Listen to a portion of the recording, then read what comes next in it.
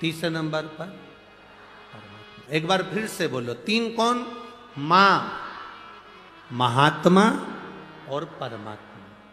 इन तीन को पकड़ कर रखोगे तो जिंदगी में कभी पीछे मुड़कर देखना नहीं पड़ेगा, आगे बढ़ते चले जाओ। जो अपनी मां का आदर करना छोड़ देता है, अपनी मां का सम्मान करना छोड़ देता है, अपनी मां का हाथ पकड़ना छोड़ देता है, अपनी मां का चरण पकड़ना छोड़ देता है, वो बहुत लंबा नहीं चल पाता। मां, महात्मा और परमात्मा। दूसरे नंबर पर है महात्मा, संत, साधु, गुरुजन।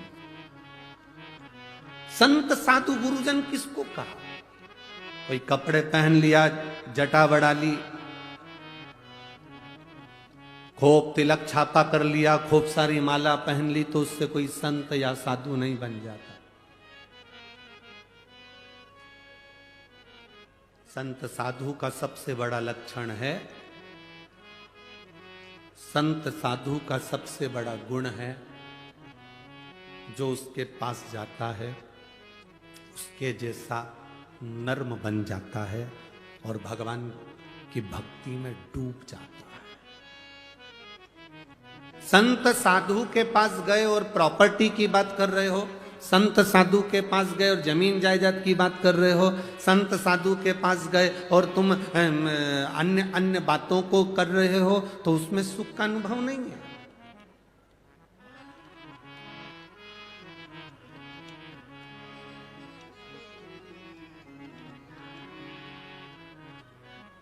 दुनिया में जितने मरते हैं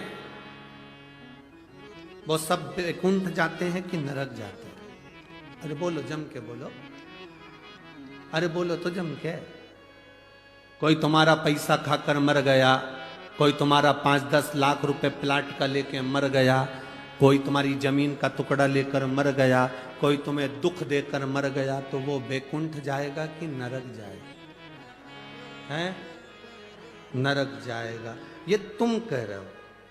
पर उसके मरने के बाद उसके परिवार वाले जब वो पत्रिका छपवाते हैं, कार्ड, उस कार्ड में उसका जो नाम लिखा रहता है उसमें तो लिखा रहता है स्वर्गवासी। उस कार्ड में कहीं लिखा है नरकवासी।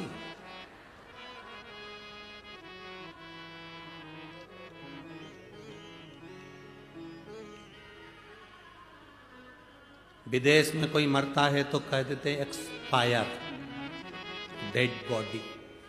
पर हमारे यहाँ तो कितना भी पापी से पापी भी मर जाए तो भी उसके नाम के आगे लिखा रहता है स्वर्गवासी। क्यों? क्योंकि वो भारत की भूमि पर जन्मा है, और भारत की भूमि पर जो जन्म लेता है वो नरक कभी नहीं जाता।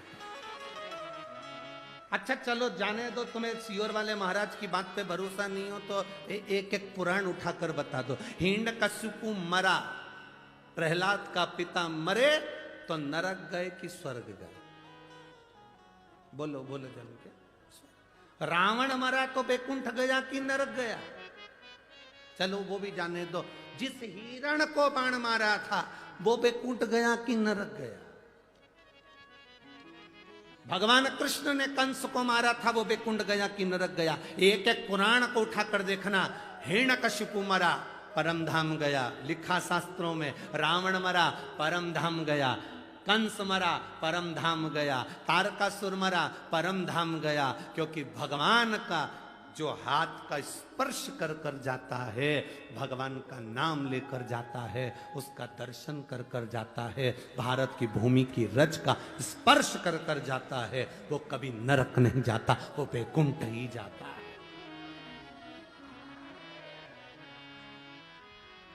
कितनों के घर जाकर देख लेना, जिन जिन के घर में कोई बुजुर्ग मर गए हो उनका फोटो लगा होगा, उस फोटो के नीचे लिखा होगा स्वर्गीय।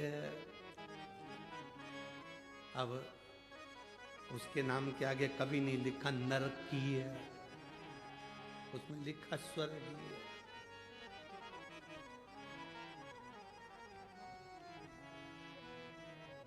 हर चंदन है इस देश की माटी, तपोभूमि हर ग्राम है, हर बाला देवी की प्रतिमा बच्चा बच्चा राम है। जिसके सैनिक समर भूमि पर गाया करते गीता है, उसी माटी के हल्के नीचे खेली करती सीता है। चंदन है इस देश की माटी, तपोभूमि हर ग्राम है। हर बाला देवी की प्रतिमा बच्चा बच्चा राम। ये भूमि ही कुछ ऐसी है, ये धरा ही कुछ ऐसी है, इतनी पवित्र है ये भूमि, जिसको समझने वाला समझ सकता है।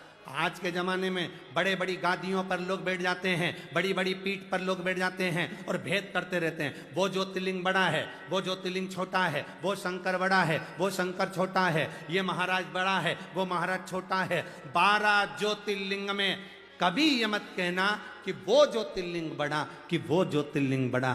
दिए की ज्योति बराबर का प्रकाश देती है, 12 ज्योतिर्लिंग एक बराबर का फल देती है।